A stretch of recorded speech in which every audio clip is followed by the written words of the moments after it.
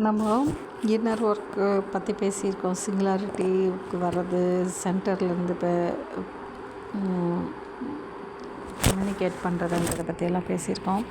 இதில் மிகப்பெரிய சிக்கல் மாதிரி இருக்கிறது, நம்ம இதில் வந்து மற்ற பெருவாழ்வை பார்க்குறோம். அதாவது டோட்டல் மெமரியை பேக்கில் போய் ரீச் ஆகுறோம்.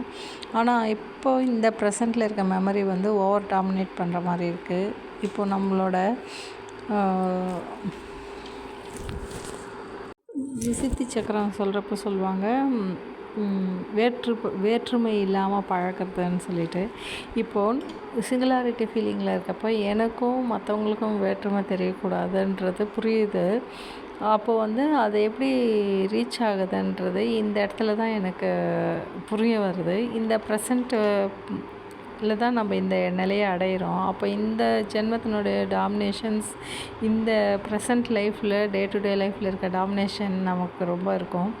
ஆனால் அதுலேருந்து, அதாவது பற்றற்ற தன்மையில் இருந்து எல்லோரும் ஈக்குவலாக பார்க்கணும், தன்னையும் ஈக்குவலாக பார்க்கணும், அடுத்தவங்களையும் ஈக்குவலாக பார்க்கணுன்ற இடம் வரும்போது பற்று விடுறதுக்கு இது ரொம்ப முக்கியமான புரிதலாக இருந்தது.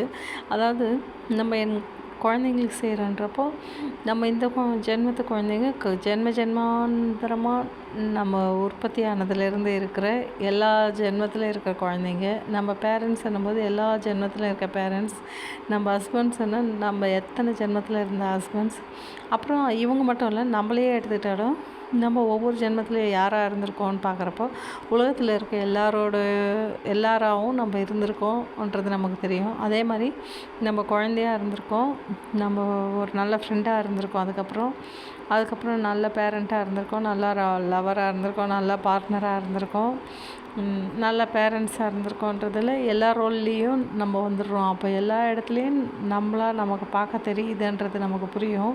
இது அந்த அனுபவம் வர்றவங்களுக்கு அதை புரிகிறப்போ இதை கம்பேர் பண்ணிக்கிறதுக்கு யூஸ்ஃபுல்லாக இருக்கும்னு தோணுது.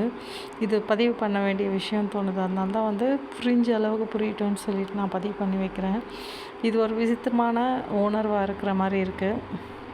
அப்போது எல்லாருக்கும் எனக்கும் வித்தியாசம் இல்லைன்றது புரிகிறப்போ, இது வந்து தவறாக பயன்படுத்திக்கிறதுக்காக கிடையாது.